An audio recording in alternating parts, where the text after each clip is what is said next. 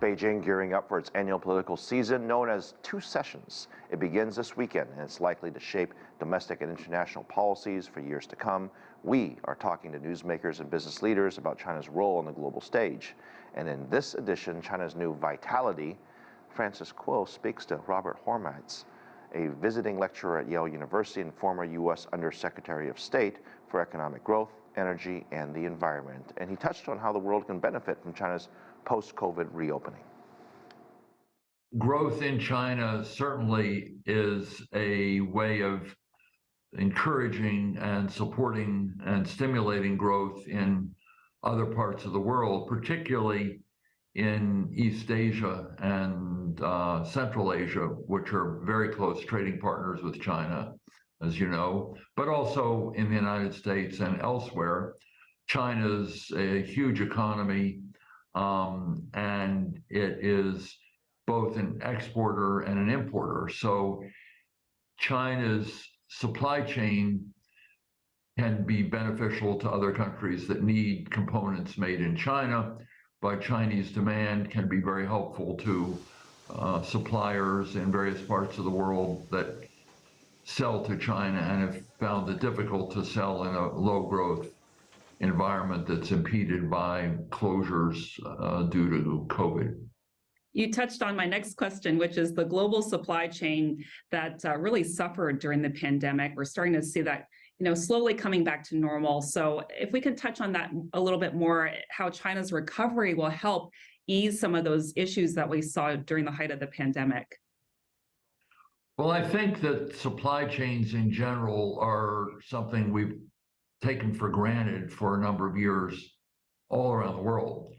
And I think China has been a big supplier of a lot of components that American and European and other countries need in order to produce things. And if factories are closed because of COVID or the transportation system is impeded because of COVID, that makes the chain of production and the chain of supply and the chain of transportation more problematic and more difficult, and countries and companies can't rely as much on China, so it slows growth in China further than the lockdown in general, but it also can slow growth in many other countries that are dependent on these components. And of course, if Chinese consumers can't go out and spend, they don't buy as much from European and American companies. And as a result, it has an adverse effect on the US and Europe. On the other hand, China is, at least during the COVID, buying less in terms of commodities, which has kept the price of commodities worldwide lower than, or at least some commodities lower than they otherwise would be, which has sort of helped to dampen inflation. It would be even higher if Chinese demand were to be, 5 or 6% as opposed to 1 or 2%. So it has an anti-inflationary effect, but still global inflation is quite high, so it's not that big an anti-inflation effect. We should see how that plays out down the road. Of course, there are a lot of tensions between the U.S. and China, as you know, but the positive side of this is that bilateral trade keeps growing stronger, particularly in merchandise trade. I want to quote some statistics from the U.S. Commerce Department saying that merchandise trade hit a record last year, and it grew to $690.6 billion with a B. So how do you view this economic relationship in terms of trade, and how has it evolved, and how do you see it evolving in the years to come, even amid all these political tensions between the two countries?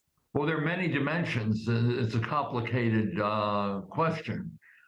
There are certainly areas in which Chinese-American trade is dropping and will continue to drop, and those tend to be in strategic products, high technology products, where the level of trust between the two countries has declined dramatically, where the U.S. has imposed barriers on certain purchases of Chinese goods and certain sales of Chinese goods, mostly in the area of high technology.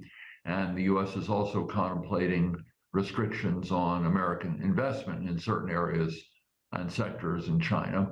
And at the same time, Chinese companies have been subject to certain restrictions that confine them to purchasing in China and not buying from the United States as well. So we have a and then the level of business confidence between the two countries has diminished substantially in certain areas.